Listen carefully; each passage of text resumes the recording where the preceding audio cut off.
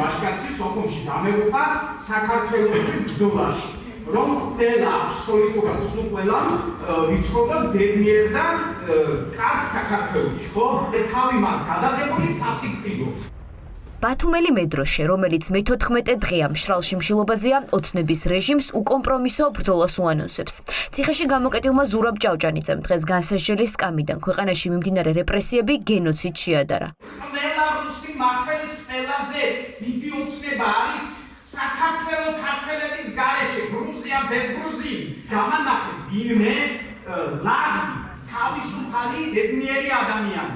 ასეთები საქართველოში უნდა არ არის და თუ არსებობს მაშინ ამ სინდისის დაღვიალთ გაწყვეტილი ამ ბოდიში მაგრამ ტაიფშია. მიმდინარეობს მიზანე მიმართული გენოციდი საქართველოს გეგმაც არსებობს საქართველოს გაქრობის, გადაშენების ან გადაჯიშების. ზურაბ ჭავჭანიძე წყლის და საკვების მიღებაზე უარს ამბობს. სასახლის ღობის საქმეზე დაპატიმრებული 58 წლის დემონსტრანტი პროტესტის უკიდურესი ფორმით უკანონო პატიმრობას უპირისპირდება. მას დღეს შიმშილობის შეწყვეტისკენ მოუწოდა მოსამართლე რომეო ტყეშელაშვილმა. როგორც განმარტეთ, შიმშილობთ.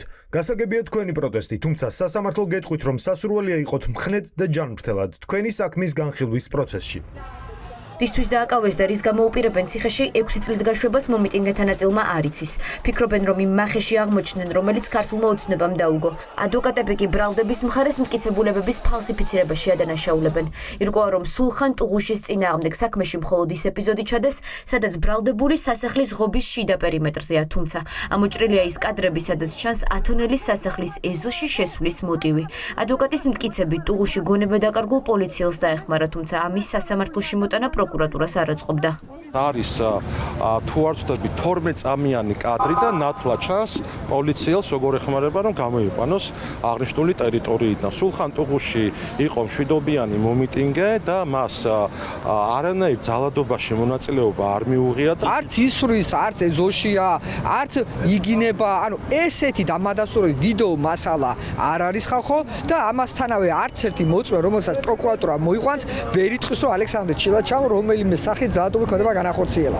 ირკვევა, რომ ციხეში ორბელიანების სასახლის ღობის საქმეზე დაკავებულები მძიმე პირობებში არიან. 4 ოქტომბრის აქციის მონაწილემ თქვა ის, რაც საშილახსრულების დაწესებულებაში მოთავსებულ ათობით პატიმარს აწუხებს.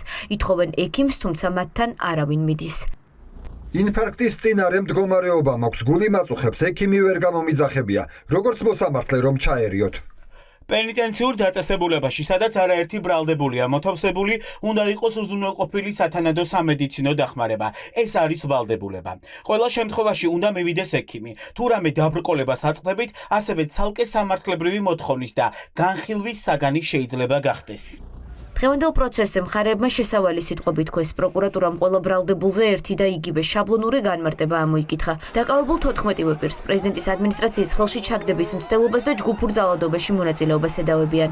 დაცვის მხარე არ აპირებს საერთოდ ამ მტკიცოს რამე სასამართლო პროცესზე, არამედ ბრალდების მხარე უნდა დაგვიმტკიცოს, თუ რასაც ედავება და ზურაბ ჭავჭანიძეს ნამდვილად ჩაიდინა თუ არა ეს ქმედება. მოგეხსენება წარმოადგინეს მტკიცებულებები, არც ერთი მტკიცებულება არ მიუთითებს იმ გარემოებაზე, რომ ზურაბ ჭავჭანიძეს მცდელობა მაინც ჰქონდა იმისა, რომ ძალადობრივი ქმედება განეხორციელებინა. ეს ადამიანები იყვნენ შიშველი ხელებით, მათ ხელში არაფერი არ ეჭირა. ეს ადამიანები ერთმანეთს არ იცნობდნენ სასამართლო დარბაზში გაიცნეს პირველ რიგში ერთმანეთი და ეს ადამიანები იყვნენ ღირსებისთვის გამოსულები, სამართლიანობისთვის გამოსულები, არიან ღირსების პატიმრები და სასამართლომაც იცის, რომ ეს ადამიანები არიან უდანაშაულოები. სასახლის ღობის საქმეზე 14-პირიანი საქმის მომდევნო პროცესები მომავალი წლის ზაფხულამდე გაიწერა. ბოლო სასამართლოს სხდომა 15 ივნისს არის ჩანიშნული, სადაც სავარაუდოდ განაჩენიც გამოცხადდება.